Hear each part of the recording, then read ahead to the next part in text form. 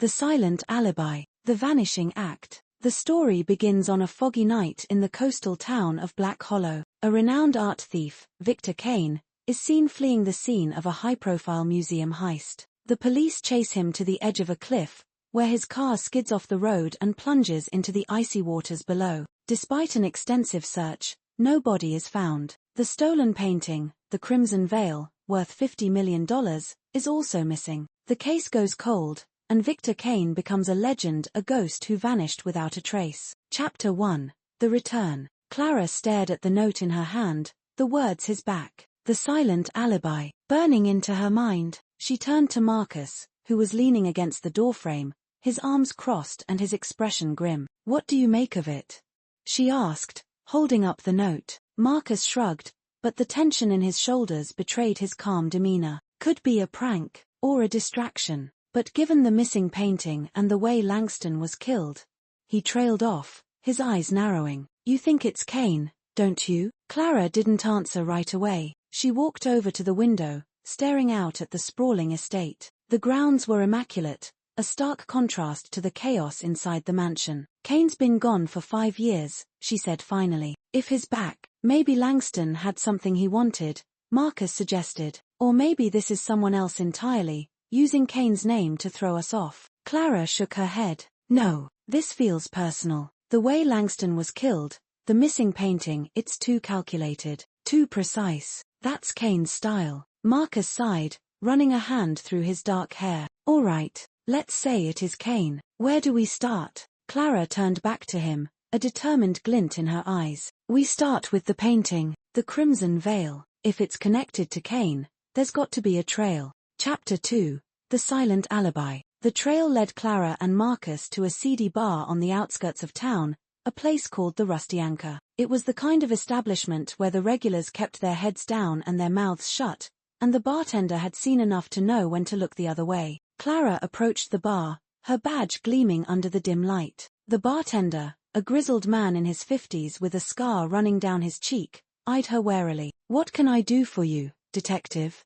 he asked, his voice gravelly. "I'm looking for information," Clara said, sliding a photo of Victor Kane across the counter. "This man, have you seen him?" The bartender glanced at the photo, his expression unreadable. "Maybe." "Why?" "He's a person of interest in a murder investigation," Clara replied, her tone firm. "If you've seen him, now's the time to speak up." The bartender hesitated, then leaned in closer, lowering his voice. "He was here, night of the murder, sat in the corner, didn't say a word, just drank his whiskey and left." Clara's heart skipped a beat. "Are you sure it was him?" The bartender nodded. "Positive. He's hard to forget. But here's the thing, he was here all night. Didn't leave until closing time." Clara exchanged a glance with Marcus. If Kane was at the bar all night, he couldn't have been at Langston's mansion. It was a perfect alibi. "Did he talk to anyone?"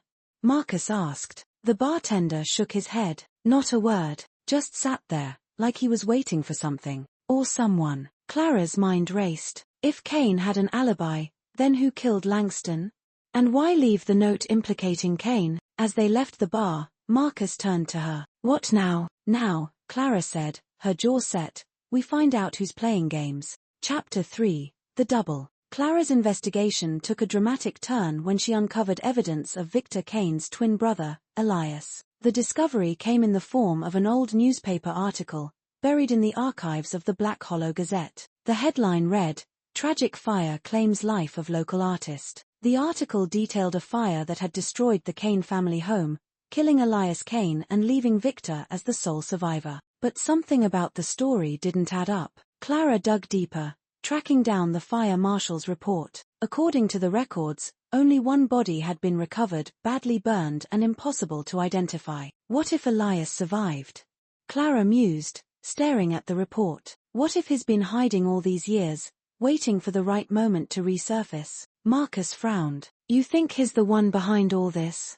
"Why?" "Revenge," Clara said simply. "Victor was always the star, the one who got all the attention. If Elias is alive, he'd have a lot to prove." Her theory gained traction when she visited the Kane family's old property. The house was a charred shell, its walls blackened and crumbling, but in the basement, hidden behind a false wall, Clara found a room filled with newspaper clippings, sketches, and journals. The journals belonged to Elias. They were filled with entries about his resentment toward Victor, his jealousy of his brother's success, and his desire to outshine him. The final entry was the most chilling. "I'll make the world remember my name, not as Victor's shadow, but as the man who surpassed him." Clara's hands trembled as she closed the journal. If Elias was alive, he wasn't just trying to frame Victor, he was trying to replace him. Chapter 4. The Trap. Clara's investigation took a dangerous turn when she received an anonymous tip leading her to an abandoned warehouse by the docks. The note was simple.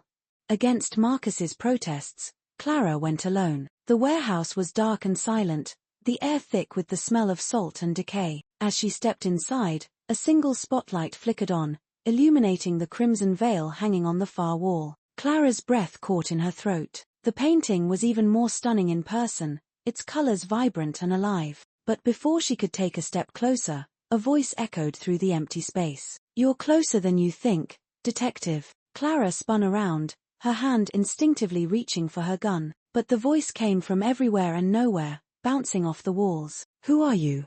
she demanded. The lights went out, plunging the warehouse into darkness. When they came back on, a man stood in front of her, his face hidden in shadow. He stepped into the light, and Clara's heart stopped. It was Victor Kane. But something was off. His eyes were colder, his smile sharper. He tilted his head, studying her with a mixture of curiosity and amusement. "You've been chasing the wrong brother," he said, his voice low and smooth. Before Clara could react, he disappeared into the shadows, leaving behind a single clue, a photograph of her late father, his face frozen in time. Chapter 5. The Connection. Clara sat in her dimly lit apartment, the photograph of her father staring back at her from the coffee table. The image was old, faded at the edges, but his face was unmistakable, strong jawline, piercing eyes, and the faintest hint of a smile. He had been a cop, just like her, but his career had ended in tragedy. Officially, it was ruled a suicide. Unofficially,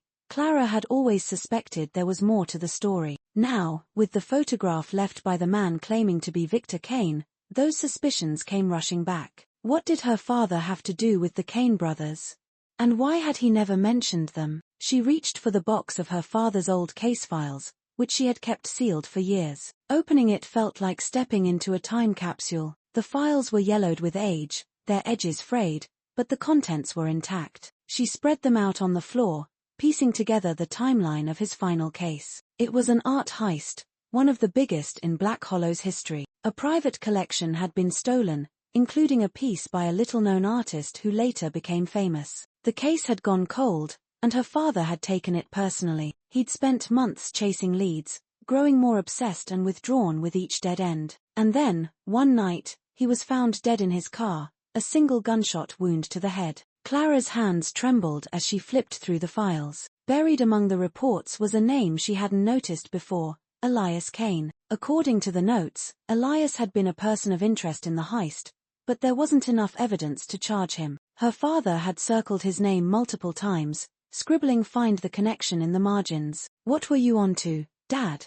Clara whispered, her voice barely audible. Chapter 6. The Shadow. The next morning, Clara returned to the station, her mind racing. She needed to find Elias Kane, but he was a ghost, no records, no leads, no trace of him since the fire. The only person who might know something was Marcus, her partner, and the one person she trusted implicitly. She found him at his desk, hunched over a stack of paperwork. "Marcus," she said, dropping the photograph of her father in front of him. "I need your help." Marcus looked up, his brow furrowing as he studied the photo. "Your dad.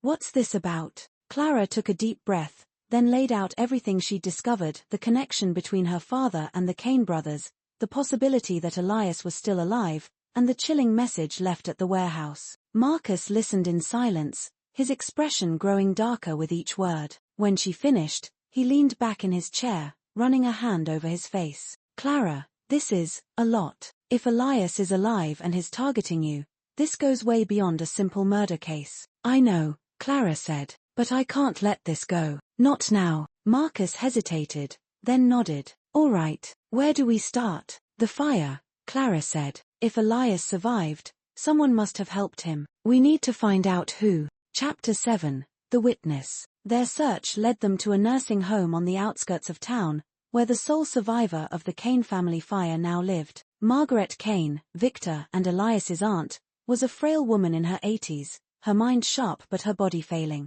Clara and Marcus found her sitting by the window, staring out at the garden. She turned as they entered, her eyes narrowing. "If you're here about Victor, I've got nothing to say." "Actually," Clara said, pulling up a chair, "we're here about Elias." Margaret's expression softened, a flicker of pain crossing her face. "Elias," she repeated, her voice barely above a whisper. "Poor boy. He never stood a chance." "What do you mean?"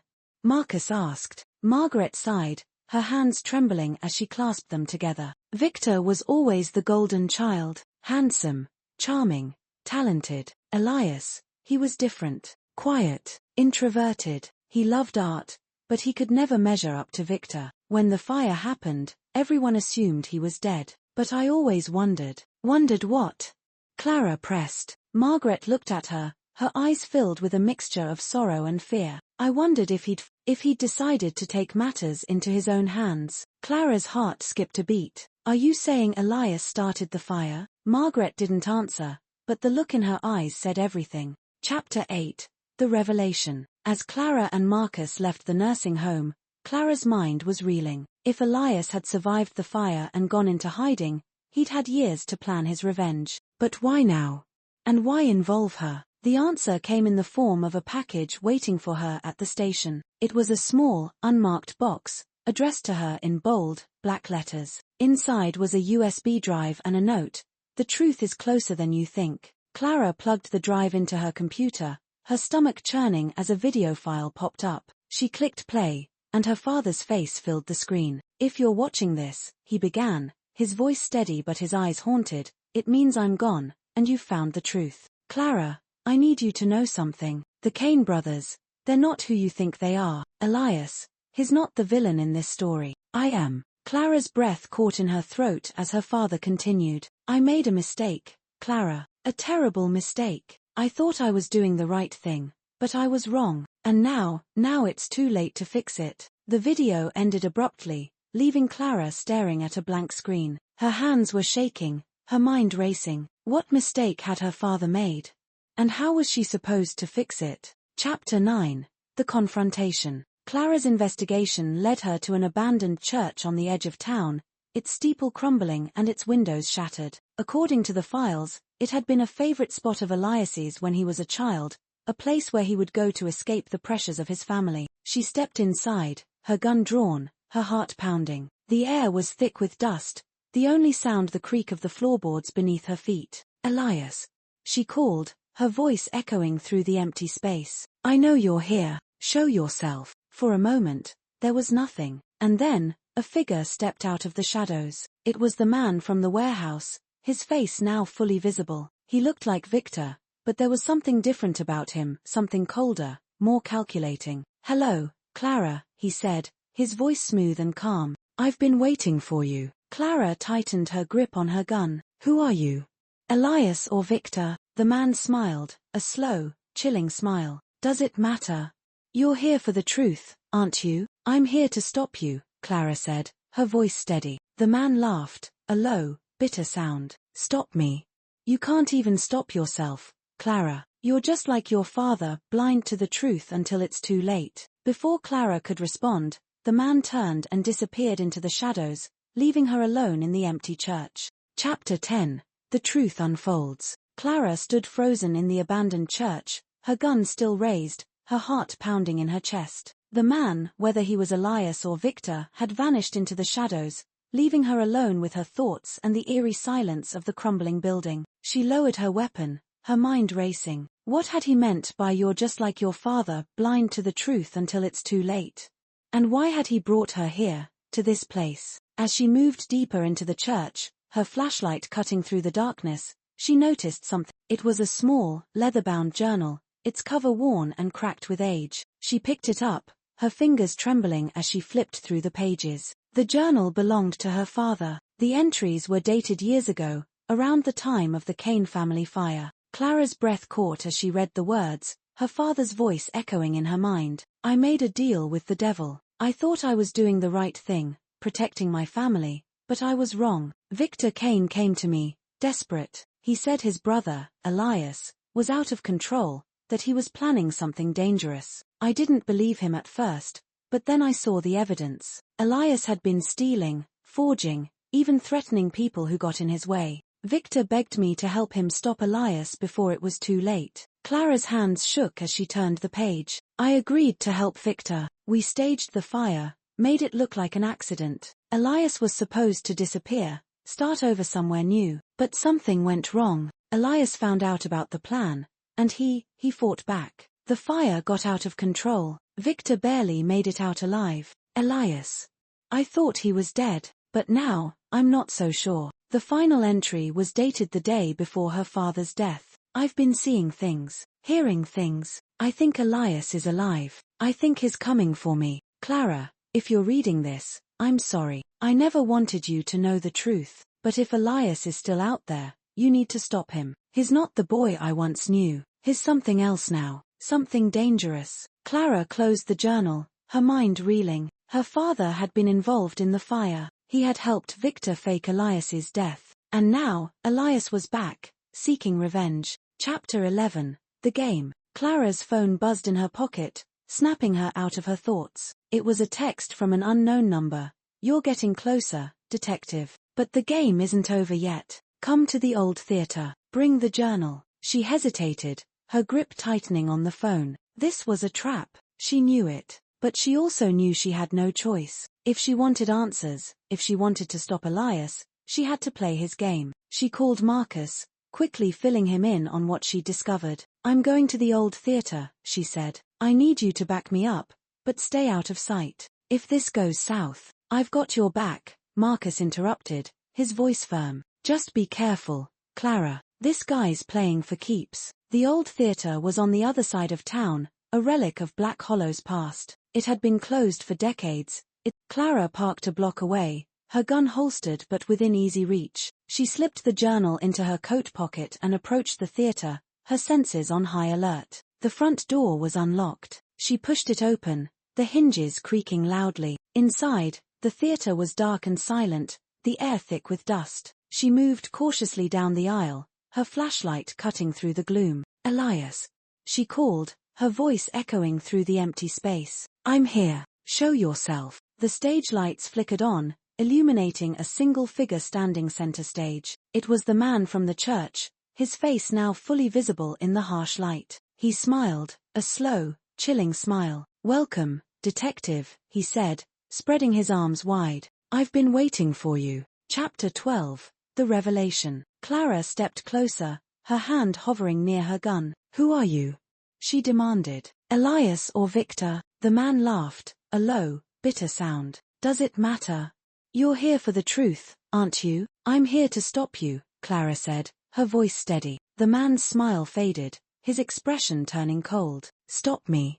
You can't even stop yourself, Clara. You're just like your father, blind to the truth until it's too late. Before Clara could respond, the man reached into his coat and pulled out a photograph. He held it up, the image catching the light. It was a picture of Clara's father, standing with Victor Kane. They were smiling, shaking hands like old friends. Your father made a deal with Victor, the man said, his voice dripping with venom. He helped Victor fake my death, all to protect his precious reputation. But he didn't count on me surviving. He didn't count on me coming back. Clara's heart skipped a beat. You're Elias. The man, Elias, nodded, his eyes burning with hatred. And now, it's time for the truth to come out. Time for everyone to see what your father really was. Clara's mind raced. She had to keep him talking, buy herself some time. What do you want, Elias? Revenge? Justice? What? Elias stepped closer, his voice dropping to a whisper. I want the world to know the truth, and I want you to suffer, just like I did. Chapter 13. The Trap. Before Clara could react, the stage lights went out, plunging the theater into darkness. She drew her gun, her heart pounding as she scanned the shadows. Marcus! She shouted, hoping her partner was close. There was no response. A voice echoed through the darkness, cold and mocking. You shouldn't have come alone, detective. Clara spun around, her flashlight cutting through the gloom. But Elias was gone, vanished into the shadows. And then, she heard it, a faint ticking sound, coming from somewhere on the stage. She moved closer, her flashlight illuminating a small device attached to the journal she'd left on the floor. It was a bomb. Chapter 14. The Countdown. The ticking grew louder, each second echoing in Clara's ears like a death knell. She dropped to her knees, her flashlight illuminating the device attached to the journal. It was crude but effective, a bundle of wires, a timer counting down from 2 minutes, and a small explosive charge. Her training kicked in. She scanned the device, looking for a way to disarm it. But the wires were a tangled mess, and the timer was already down to 1:45. "Marcus!" she shouted again, her voice cracking with desperation. "I need backup now." Still no response. Clara's mind raced. She couldn't disarm the bomb in time. She had to get out of the theater. But as she turned to run, a voice crackled over the theater's ancient sound system. "Leaving so soon, detective?" Elias's voice was calm, almost amused. "And here I thought you'd want to see this through to the end." Clara froze, her eyes darting around the theater. "What do you want, Elias?" "To kill me. To prove some twisted point." "I want you to understand," Elias said, his voice hardening. "I want you to feel what I felt, betrayed, abandoned, left for dead. Your father took everything from me. Now it's your turn." The timer ticked down to 1:20. Clara's heart pounded as she weighed her options. She could try to make a run for it, but the bomb might take out the entire theater. Or she could stay, try to reason with Elias, buy herself some time. She chose the latter. "Elias, listen to me," she said, her voice steady despite the fear coursing through her. "I didn't know about my father's involvement. I didn't know what he did to you. But I can help you now. We can expose the truth together." For a moment, there was silence. Then Elias laughed, a cold, bitter sound. "You think I want your help? After everything your family has done, I think you want justice," Clara said, her voice rising. "And I can give it to you. But not like this. This isn't justice, Elias. This is revenge. And it won't bring you peace." The timer ticked down to 0:45. Elias didn't respond. Clara's eyes darted to the exit, then back to the bomb. She had to make a decision. Chapter 15. The Escape. With no time left, Clara grabbed the journal and bolted for the exit. She sprinted down the aisle, her heart pounding, her breath coming in ragged gasps. The timer ticked down in her mind: 0:30, 0:25, 0:20. She burst through the theater doors just as the bomb exploded. The force of the blast knocked her off her feet, sending her sprawling onto the pavement. Heat and debris rained down around her, the sound of shattering glass and crumbling brick filling the air. She covered her head, her ears ringing, her body aching from the impact. When the dust settled, Clara pushed herself up, coughing and blinking against the smoke. The theater was gone, reduced to a smoldering ruin. "Clara." She turned to see Marcus running toward her, his face pale with fear. "Are you okay? What the hell happened?" Clara nodded, still too shaken to speak. She held up the journal, its edges singed but intact. "Elias," she managed to say. "He's still out there." Chapter 16. The Hunt. Back at the station, Clara and Marcus pored over the journal, piecing together the truth about her father's involvement with the Kane brothers. The entries were damning. Her father had not only helped Victor fake Elias's death but had also covered up a series of crimes committed by Victor, all in the name of protecting his own reputation. "This is bigger than we thought," Marcus said, his voice grim. "If this gets out, it'll destroy your father's legacy." "My father's legacy is already destroyed," Clara said, her voice cold. "He made his choices. Now I have to make mine." She turned to her computer, pulling up every file, every lead, every scrap of information she had on Elias Kane. If he wanted the truth to come out, she would give it to him, but on her terms. Chapter 17. The Showdown. Clara's investigation led her to an abandoned warehouse on the outskirts of town. She moved cautiously through the building, her gun drawn, her senses on high alert. The warehouse was dark and silent, the air thick with the smell of oil and rust. "Elias," she called, her voice echoing through the empty space. "I know you're here. Let's end this." A light flickered on, illuminating a figure standing at the far end of the warehouse. It was Elias, his face pale and drawn, his eyes burning with hatred. "You're persistent, detective," he said, his voice cold. "I'll give you that." Clara stepped closer, her gun trained on him. It's over, Elias. The truth is out. You don't have to do this. Elias laughed, a bitter, hollow sound. It's never over, Clara. Not until everyone knows what your father did. Not until they see him for the monster he was. Before Clara could respond, Elias reached into his coat and pulled out a remote. He held it up, his finger hovering over a button. You want the truth? He said, his voice trembling with rage. Here it is. He pressed the button, and the warehouse erupted into chaos. Chapter 18. The Chaos. The warehouse erupted into chaos as alarms blared and lights flashed. Clara ducked behind a stack of crates, her heart pounding as she scanned the room for Elias. He had vanished into the shadows, leaving her alone in the chaos he had created. Elias! She shouted, her voice barely audible over the alarms. This isn't the way. Let me help you. There was no response. Clara's mind raced. Elias had the upper hand, he knew the warehouse, and he had planned this moment for years. She had to outthink him, outmaneuver him. But how? Her eyes fell on a security monitor mounted on the wall. The screen flickered, showing a live feed of the warehouse. In one corner of the screen, she saw Elias moving quickly, heading for an exit. She had to stop him. Chapter 19. The Chase. Clara sprinted through the maze of crates and machinery, her gun drawn, her breath coming in short gasps. The alarms were deafening, the flashing lights disorienting, but she pushed forward, driven by a single thought: end this. Now. She caught a glimpse of Elias up ahead, his figure silhouetted against the light streaming through an open door. He turned, his eyes meeting hers, and for a moment, time seemed to stand still. Then he was gone, disappearing into the sunlight. Clara burst through the door, blinking against the sudden brightness. She was in an alley behind the warehouse, the sound of sirens growing louder in the distance. Elias was nowhere to be seen. Clara. She turned to see Marcus running toward her, his face pale with fear. Are you okay?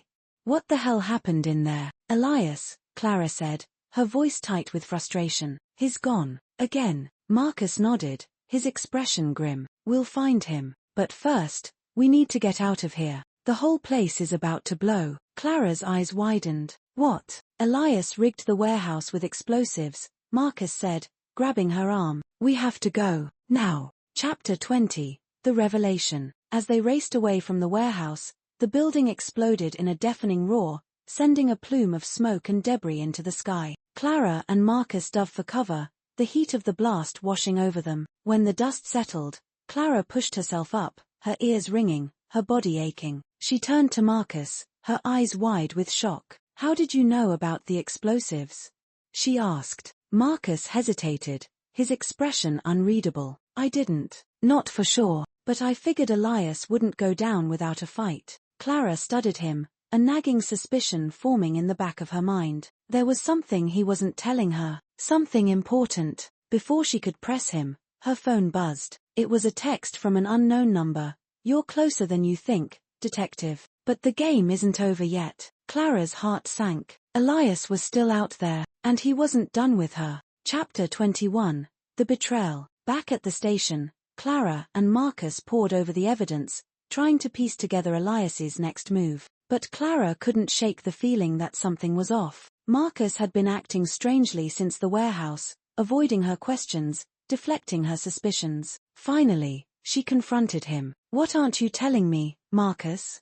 She demanded, her voice sharp. Marcus looked up, his expression guarded. What are you talking about? You knew about the explosives, Clara said, her eyes narrowing. You knew Elias was going to blow the warehouse. How? Marcus hesitated, then sighed, running a hand over his face. Because I've been working with him. Clara's heart stopped. What? Not willingly, Marcus said quickly. He blackmailed me. He knew about something from my past, something I thought I'd buried. He threatened to expose me if I didn't help him. Clara stared at him, her mind reeling. Marcus, her partner, her friend, had betrayed her. Why didn't you tell me? She asked, her voice trembling. I couldn't, Marcus said, his eyes filled with regret. I thought I could handle it. I thought I could stop him, but I was wrong. Clara took a step back, her hand instinctively reaching for her gun. Where is he, Marcus? Where's Elias? Marcus shook his head. I don't know, but he's not done. He's planning something big, and he's not working alone. Chapter 22. The Final Twist. Clara's investigation led her to an abandoned church on the edge of town, its steeple crumbling and its windows shattered. According to Marcus, it was the last place Elias had been seen. She stepped inside, her gun drawn, her heart pounding. The air was thick with dust, the only sound the creak of the floorboards beneath her feet. "Elias," she called, her voice echoing through the empty space. "I know you're here, show yourself." For a moment, there was nothing, and then, a figure stepped out of the shadows. It was Elias, his face pale and drawn, his eyes burning with hatred. "Hello, Clara," he said, his voice smooth and calm. "I've been waiting for you." Clara tightened her grip on her gun. "It's over, Elias. The truth is out. You don't have to do this." Elias laughed, a low, bitter sound. "It's never over, Clara. Not until everyone knows what your father did. Not until they see him for the monster he was." Before Clara could respond, Elias reached into his coat and pulled out a remote. He held it up, his finger hovering over a button. "You want the truth?" he said, his voice trembling with rage. "Here it is." He pressed the button, and the church erupted into chaos. In the end, Clara was left with a choice: turn Elias in and expose the dark secrets of her family, or let him go and live with the lie. She chose the former, but as she watched Elias being led away in handcuffs, she couldn't help but wonder if she made the right decision. The final scene shows Clara standing in front of the Crimson Veil, now back in the museum. As she walks away, the camera lingers on the painting, revealing a hidden message in the brushstrokes: the truth is never silent.